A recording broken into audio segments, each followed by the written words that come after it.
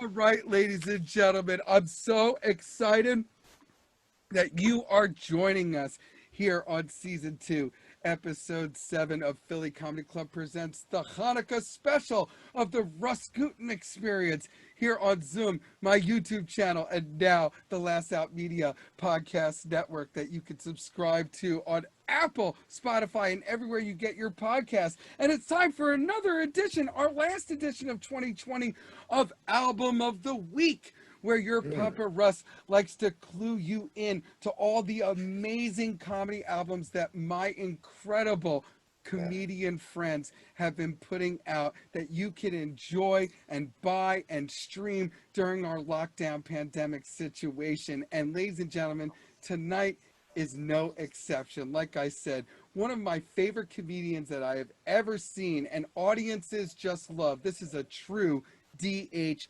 home run hitter and an absolute living legend at the Comedy Store. And he has opened for huge acts all over North America like Pauly Shore and Adam Ray, and you've seen him all over the place. And tonight we're going to play a clip from his amazing new album, Daddy Boy, which is available now on 800 Pound Gorilla Records, and you can get it on Apple, you can stream it on Spotify, and everywhere you get your comedy albums. So everybody, please put your hands together while I attempt to share my screen. Hold on one second. We're going to do this, everybody. We could do this. Okay, so start putting your hands together. I think this will work. We're going to share a clip of Daddy Boy, Sandy Danto's new album on 800 Pound Gorilla Records. It's in full screen. I'm sharing the screen. Ladies and gentlemen, put your hands together for Mr. Sandy Danto.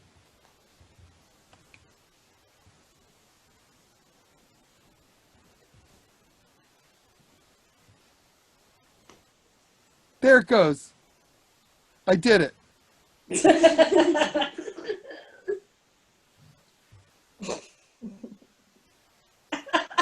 And now enjoy. They'll fix it in post. Sandy Danto, a clip from Daddy Boy. My wife's a nurse, so I've learned a few things since getting married about being healthy. My wife,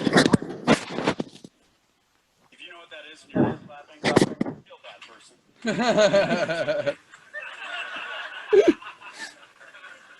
For those of you that don't know, it's the part of the hospital where they take care of very sick and or premature babies. And I'm a sick fucking baby that comes prematurely. So my wife is so that she just wants to live it 24 hours a day. Thank you.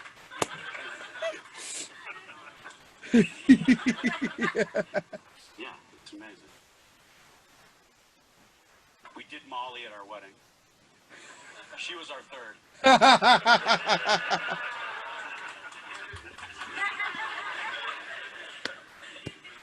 No, we did the drug Molly at our wedding. What, I'm gonna drink and embarrass myself or pass out or not remember anything or sweat through my rented tuxedo? No, do Molly. That way, I sound convincing when I say I love you too to my dad's sisters. And I have a good fucking time. We went to Thailand for our honeymoon. You know what Thailand's known for, right? You got it. I like that I don't feel as much judgment saying it. Right. Except for maybe this part of it. Here's the thing about the lady boys in Thailand. It's not necessarily my thing, but when you go to another country, you have to immerse yourself in the best they have to offer. It's called being cultured. Duh. So I suggested to my wife, period of being cultured, that we should get a lady boy. And she goes, and do what with it? First of all, it's her, Team Caitlin, woke. Second of all, we should have a threesome. She's like, you're already bored with just me. Like, no, just hear me out. It's the only kind of threesome we'll ever be able to have. We're kind of meeting halfway on the third person. It's a bit of a stretch. I was like, nah, it's more of a tuck. Ladies and gentlemen, please give it up for who I believe is the legendary Mr. Sandy Danto, ladies and gentlemen. Album Daddy Boy. There he is. Look at you, you handsome mensch prince, you. Happy Hanukkah. Thank you. Happy Hanukkah and Merry Pandemic to us all. That's right. Merry Pandemismus. And as they say in the UK, happy pandemic. Exactly. Oh, hold on. This is why Russell can't be in charge of things. Okay? That was nice. It was like I was doing stand-up without having to do anything except for watch people's reactions in real time. Didn't get much from Patty, Matt, and Matt's wife and or girlfriend. And that's okay. It's already out there. It's done what it needs to do. Yeah, these things happen, you know. Hold on. I'm back. I fixed the video, and now I'm back, and I have the combination. Ladies and gentlemen, welcome Sandy one more time. Ladies and gentlemen, we might have to do that again. Sandy, thank you so much for joining us, and it is an amazing clip of your awesome album, Daddy Boy, on 800 Pound Gorilla Records that people can buy on Apple. They can stream on Spotify. They can get everywhere they get their comedy albums, and I'm going to have it here in the comments. So the first thing I want to ask you about this awesome album, Sandy, is in terms of the material that's featured on Daddy Boy, and I love the cover art. It looks like Superfly, like the movie poster, except it's you with your beautiful daughter, and it's just pristine, the artwork. But I like people to know how we go through our process of making an album. So my first question to you is, what would you say is the oldest bit, and what is the newest bit on the album? Okay, that's a great question because this is my debut album. Wow. Admittedly, way overdue for me putting out an album. Yeah. But since that's the case, I wanted to bring back some bits that I no longer do, but still think are funny, but don't necessarily apply to my life. Oh. And so I wanted to, so with that in mind, I wanted to do sort of a through line for the album. So it's not just a random compilation of jokes, to have like my whole journey as a comedian from beginning to the end to where I am now, a father who identifies as a child. That's where the name came from. I'm technically an adult, but I identify as a boy. Yeah. No, yeah, I see it. The oldest bit on there is a bit that I did when I first started out, where I say I had to go to rehab in high school. But when you go to rehab, you got to find another vice to get addicted to get off drugs. So I got addicted to cheesecake, but then I got addicted to cheesecake and I had to go to cheesecake rehab where I found Jesus. But then I got addicted to Jesus. I had to go to Jesus rehab. By then I was just addicted to going to rehab. I had to go to rehab. Now I just do drugs. Yeah, easier. Yeah, exactly.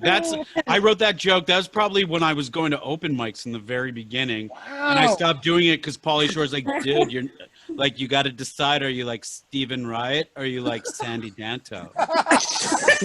You're gonna be mad. I was like, what if I really like Stephen Wright and I'm just myself? Like, not cool, bro. You got to really like the weasel and be yourself. Oh my God. I remember you also used to tell the audience that you are a veteran of the Cupcake Wars. You used to do a bit. I'm trying to remember what that bit is. It's like, it was astounding to me. I wanted to put that on the album, but I couldn't remember all of it. It was like, I couldn't believe that there's a show on the air called Cupcake Wars. And funny story, I did that bit once at a show.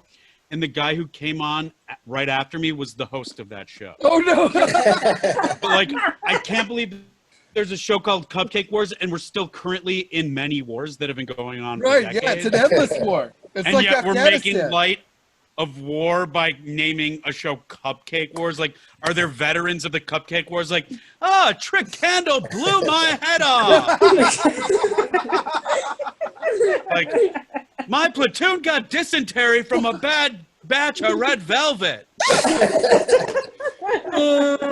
Like, oh my God. How do you have that as a show? Call it Cupcake wrestling or something. I don't know. I would like that. I would watch you wrestle in a thing of cupcakes, but that's just me. You know what I mean? That's my kink. There's a spin-off coming, the Cupcake-alorian. So there's all kinds of ways you could go with it. Now, Cupcakes, A New Hope. Revenge of the gluten. So, Sandy, I do want to ask you also about this album. You recorded it in San Francisco at the Punchline. Is that correct? And it's just such a great club, and it's such a great city. I always love doing stand-up in San Francisco and Northern California. I just love that area. I love that town. And so I got to ask you, why was the Punchline in San Francisco and San Francisco the place to record this amazing set? Great question. Within that year, I had signed my record deal, and the Punchline, the building that the club is in, was bought by Google, and they were at risk of being closed. And then there was a whole big campaign to like have Google be the landlord, and they won. Dave Chappelle had to go to San Francisco City Hall, Right. and it was a whole thing. And I love this club, and I really hit it off with Molly, the booker, and I think she's the owner of the club, but she's like a Mitzi Shore type figure in the comedy community in San Francisco, and we really hit it off. And she's very cool, and it's one of the clubs. The Comedy Store is my main home club, but it's the only other club that I've felt like has a similar vibe. Right. That's a road club with as much history. And when I found out that there might be a limited time of it existing, I was like, all right, that's where I'm recording my album, and that's where and I gotta like get on it and do it, and the stars aligned for me to do it. Actually, I recorded the album a year ago from right now. Wow, that's amazing. And that's incredible. Give it up for Sandy, ladies and gentlemen. I love that. But that's incredible because you did try to capture something, and I would imagine that almost puts you in a position where it's like, I got to get this done. So you didn't have time to overthink it. And you have such a wealth of material that you're even telling me you've forgotten things that I just remember. I think about all the time. I mean, you have bits that I think about all the time. You're just the and you're just as funny when you're doing your material as the pauses are, because when people see you and you smile at the audience, it's an instant connection. It's absolutely uncanny. It's, I would say, less than 2% of all comics have that magical instant connection with the audience that you have. I truly mean that, and I've told you that many times, so I'm not blowing Hey smoke Russ, where were you yesterday after I did a corporate Christmas party Zoom show? Oh well, I needed this immediately after that because I haven't gotten paid yet, and now I don't know if I'm going to. Well, listen, I guarantee that this show is going to pay you less, but give your soul more. That's all I can guarantee you. Now, honestly, I really hope that it does. Thank you. That is the nicest thing a comedian has ever said to me about payment.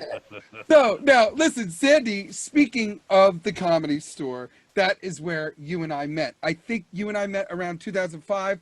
2006, that's where I cut my teeth in LA. It is the greatest place in the world. It is summer camp. It is eternal summer camp for comedians. It's the greatest place on earth. You were a legend even when I met you there already at the Comedy Store. And now, even though LA is in perpetual lockdown, somehow you and our buddy Dan Madonia have a show on the Comedy Store's Twitch channel called the DANTO Show, and I am so excited to ask you two questions about it. It's on Thursdays on the Comedy Store's Twitch channel, and so two questions. One, why is the LAPD allowing the two of you of all people to congregate in any way? And two, what games are you going to be playing on the show? What are you guys going to be doing on the Comedy Store's Twitch feed? First of all, let's leave the LAPD out of this. Okay. Funny story. Actually, funny story before I answer all those questions. Last week, we tried to do it for the first time, and when we got to the Comedy Store, there was a break-in, so we had to call the cops, and we didn't end up doing it because we had to be questioned by the police over the break-in at the Comedy Store. Oh no. Okay, so that's first. Second, we're gonna be. I mean, it was classic Comedy Store. It made me feel nostalgic and comforted all at the same time. Yeah. We're gonna be pretty much playing NBA 2K exclusively. Ooh. The weird thing is, it's a Twitch show, so it's literally just us riffing and telling jokes while we play video games, and you can see the video game footage that we're playing.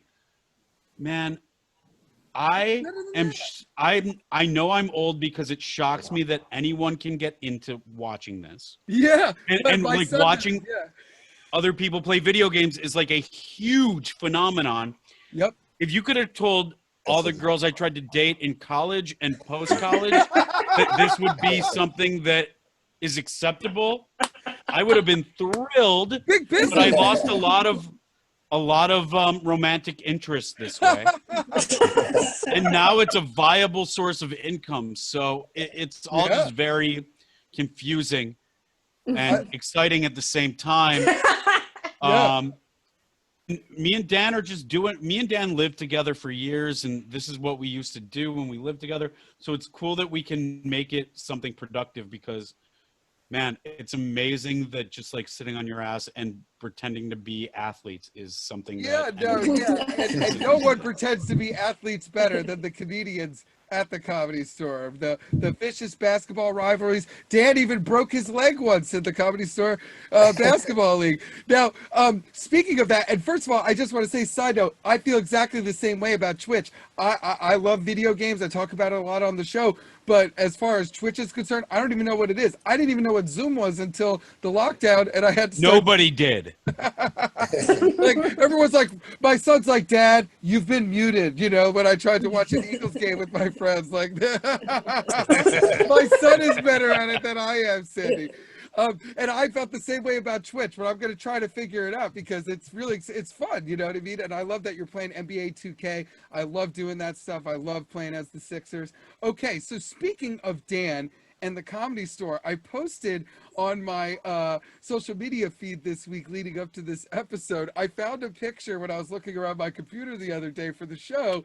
It's circa us from 2007 when I used to have Friday Night Live every Friday night in the Belly Room. What a lineup that used to be, if you remember. It's so incredible how everybody the best like everybody's like everybody knows everybody from the show from back then. Noel Gravely and Luke Curry ran it with me every Friday. It was amazing. And I found a picture of you in some sort of giraffe costume and Stan in a Hawaiian shirt with no shirt under it, completely open, and a sailor hat like the skipper from Gilligan's Island. It was the shot we all took when you guys got off, you would get off stage. So Sandy, do you remember this picture? And explain what psychedelics were involved. Well, I was just gonna say we were obviously both totally sober. Right. It was from Halloween, I believe, either 2010 or 2011, probably 2010. Okay. And we had just come from a comedy party. Either we were coming from a comedy party or we were about to take off and go to a comedy party. Oh, okay. I was like, did Sandy do a set as a giraffe? Because I believe it. I probably did, yeah. I probably did. If anyone could do a set like, oh my God, take it. Oh my God, you know, I don't know. I don't have any. You might say I did a giraffe. I did a comedy set as a giraffe, and I was higher than giraffe pussy. Hey, yeah, you got to get a step stool at least. You know, it's up there. You know what I mean? Reach for the stars and land on the moon, so you'll always be happy. Okay, so I don't think that's the thing at all. Now, Sandy, what the folks at home might not realize is, like I said at the beginning, you are like a legend at the Comedy Store, but also just as a comedian, in our community, you're just considered a home run hitter, a DH, and you have opened for amazing acts all over North America, like you already mentioned. Pauly Shore, Bobby Lee, Josh Wolf, and our great mutual friend, Mr. Adam Ray. As a matter of fact, right there is a picture of you, me, and Adam Ray at the Village Lantern from the night we all did that show together. That's a great night, and funny you mentioned that. I don't know what question you have, but I'm cutting you off. That's okay. That's okay. You posted a video of my set, and then like a few months later, I got or maybe like a year later, I woke up to 2 voicemails from the casting director of Louie saying that her and Louie saw that video from me at the Village Lantern and they want me to be on the show. But they thought I was in New York and I was in LA, and they're like, we need you on set at 3 p.m. And this was like 9:30 LA time. Oh, and I was no. like, I'll get on a plane right now. Just wait for me. And they're like, no, we can't do it. Sorry. But then I saw the episode, and it was like him and Louie and Doug Stanhope were at an open mic, and they were like being nostalgic, and a lot of the comics were like clearly bad. And I was like, wait, did they pick me because I'm clearly bad? I thought I had a look, a je ne sais quoi. So now I'm like, Louis got what he deserved. Fuck him. Yeah, fuck it. Yeah, unsubscribe, unfollow, block. Yes. Canceled for being a meanie. Yeah. And sexual assault. Also sexual. And also you were wearing that great tuxedo shirt that you used to wear. I honestly think it was for that reason, because it's such a first few years comic gimmick thing to do. And yeah, and you know what? That was, speaking of us being old and amazed by Twitch, that was when people were like, Russell, you got to take these videos and put it on this YouTube. I was like, what's a YouTube? You know, so even then I was trying, I'm always playing catch up with technology. But this is my question. It was more of a funny question, but I just wanted people to know that you've opened for all the people. These amazing headliners have always counted on you to just pop open the crowd, because they just, like I said, crowds just instantly love you, and you're just so great, and you just have material for days. So tell me, Sandy, what is more stressful, opening for big acts like them, or watching me, Russ Gutin, attempt to put air in all 4 of his tires because he doesn't know which one is flat in his old Ford Focus at that gas station in Cherry Hill that one time? Which is more stressful? Definitely watching you put air in tires. For sure, way more stressful. There's nothing less stressful than going on stage opening for a huge act, because you have nothing. If you know how you're doing, I mean, they're not there to see me. I can do whatever I want. Right. Right. I'm set up to just go out there. They don't have any expectation of me. So if I go out there and charm them and then start telling good jokes, it's over, and then it's set up well for the next person. Right. But watching you try to figure out which tire needs more air pressure and not have a tire pressure gauge, and Jews were not meant to do that sort of thing. There's no Jews in NASCAR. Zoom, zoom, zoom. If we knew how to gauge tire pressure, we wouldn't have walked in the desert for 40 years. Right. Right. We would have turned that monster into... We would have turned the dough into wheels, and we would have gotten the fuck out of there. Yeah, no. I'm not meant to work on cars. They can't even get the Jews. We can't even get the dough to rise. How the fuck are we expected to get the tires to rise? How am I going to put air in the tires of a Ford Focus? You know, at the Chevron here in Cherry Hill. What are you kidding me? Oh, that was a great day, though. That was really fun, though. And, man, I was sweating. Oh, my God. I've never had such an anxiety attack in my life. And then we stopped at CVS. And then you guys went home, and you did the show the next day in Philly. And then I was... That's a great... Sorry, Sandy. That is a great answer. Holy shit. Now, I got 2 more for you, okay, buddy? Now, now, one of my favorite things about you, you weren't wearing one of them in the video, but one of my favorite things, I've mentioned your tuxedo shirt and your giraffe costume, but actually, generally, whenever I see you live, you are always wearing these fantastic animal print shirts. Like coyotes howling at the moon and shit, and a hawk, you know, like, and just each one more over the top than the next. So I gotta know, which is your, do you have a favorite one? It's been a long time since I've worn them because I you know, it's been hot until recently here in LA. Right. But let me just tell you some that I love, and I'll try to pick my favorite. I've got one with, like, I'm not sure because I'm not an animal scientist. What is I'm not a zoologist. Right. To use the Latin term, I'm not a zoologist. Yeah. The Latin. But I've got one. I'm not sure if it's a cougar or a bobcat or a mountain lion, or if all three are the same fucking thing with different names. Right. They'll all kill you. But I've got, that's my favorite one, I think. Or I have one that's a polar bear. Oh, yeah. Aww. Leo. I have. Seasonal. Yeah, see, yeah, exactly. Seasonal. I've got one that's a wolf for fall. The cougar slash bobcat slash mountain lion is for summer, and the polar bear is for winter. Right. And in the springtime, I just let my chest hair bloom. You have so much of it. You know what I mean? You want to flaunt it. You know, if you got it, flaunt it. Yeah, there it is. Look at that. Usually on Zoom, it's a little lower. We've had some of those incidents here on Zoom. Yeah, that's nice. That's nice. Look at that. Look at the definition. Wow. Oh, and I'm wearing my punchline. I'm wearing my punchline hoodie. Oh, I love it. I really love the whole story behind that album. Everything's really coming together right here on Zoom. Yeah. Let me tell you something. This show has everything. Chest hair, hoodies, bobcats, Novelty menorahs. An elf on the shelf. I mean, we spared no expense, as you can see. Decoration. Yes, that's right. We're nominated for a daytime Emmy.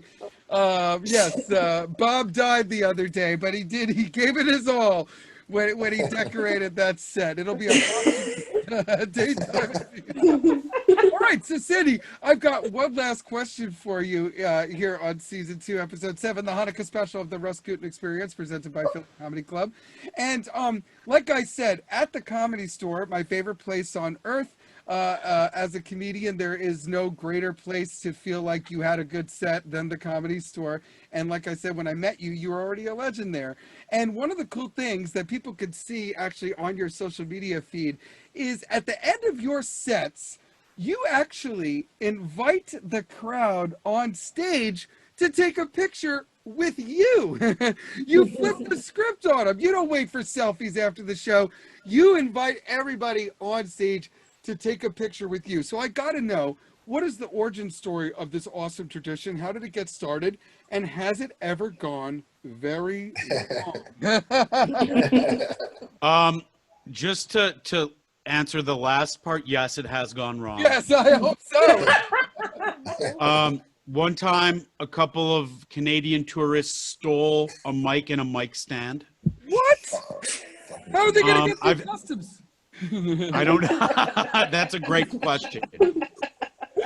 If I could track them down, I would ask. Yeah. I've had people just not comply and not want to, like, have fun. It's actually, I don't do it at the end of my sets. Oh. What happens is I do it at the beginning when I'm up late at night at the Comedy Store, because those audiences need to be re-engaged. Yeah. And for years, I would just go on at 1 o'clock, 1:15, Right. 2 in the morning, whatever. And I would go up feeling defeated and not make good use of my time and not have fun up there. And then one time there was like 6 people in the audience. I was like, you guys just want to come up on, like, and you know, they're all scattered in the back of the room. Yeah, that's the and they worst. they're tired. They don't want to, they're like, they've seen who they came to see. And I just had them come up on stage.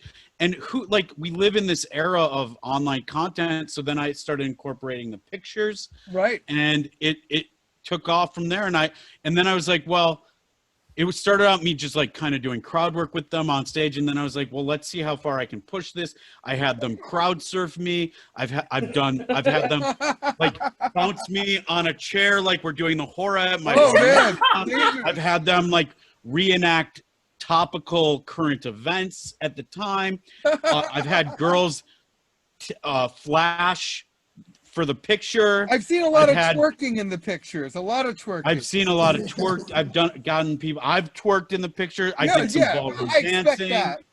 I've gotten people to get outside their comfort zone and do some weird shit. I'm so mad about the Canadian tourists. Oh, it's always a Canadian, you know.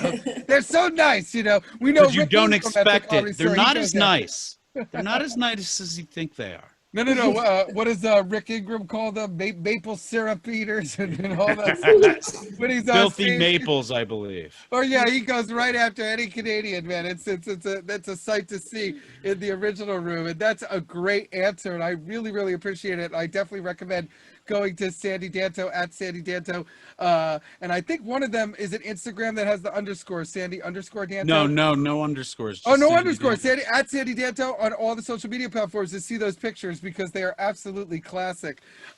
So, ladies and gentlemen, I really can't tell you how much I have appreciated having my guest here tonight. Sandy, I know I've told you this many times, but you and Matt and Dan and a few others and Tony were all kind of my first friends at the Comedy Store. You were like, hey, this guy's all right. And we were on the back porch doing what we do, you know, and making those smoke rings. And you always made me feel like I was part of the party. And just so proud of you and this album, Daddy Boy, that people could finally know what we all know, is that you're a living legend, my friend. And I hope that people will pick up Daddy Boy. It's available on 800 Pound Gorilla Records. You can get it on Apple, Spotify, and everywhere you get your comedy albums. Give it up for my buddy, the Mensch, Mr. Sandy Danto. Thank you, Russ. Thank you for having me. Can I add one more thing about the album? Thank you, Yeah, guys. sure. Yeah, bonus content, baby. So just a little behind the scenes. It's named Daddy Boy, and I told you why I named it Daddy Boy. It's a funny sounding name, and it's because I'm an adult. It's still basically a child. But I found out that Daddy Boy is a term in the, like, underground gay sex. Oh, happy Hanukkah to you. And it's dually apropos because I have a bit on the album about how I once directed gay porn. Yes, I love that. Which is true. And if you're curious about that, check out the album. So now it actually is that much more meaningful. Yes, and yes. That's all I gotta say. It's so meaningful. And, you know, while some have called me a twink, I always imagined you would be there.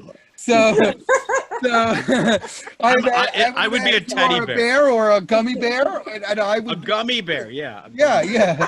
Bouncing here and there and everywhere. High adventure that is beyond compare. Sandy is a gummy bear. So give it up for the legendary Sandy Danto and his album Daddy Boy. Joining us on another edition of Album of the Week on Season 2, Episode 7 of Philly Comedy Club presents the RUS GUTIN Experience here on Zoom, my YouTube channel, and now the Last Out Media Podcast Network that you can get on Apple, Spotify, and everywhere you get your podcasts. Thank you for joining us for the Hanukkah special. Happy Hanukkah, ladies and gentlemen. Give it up. Bye, Sandy.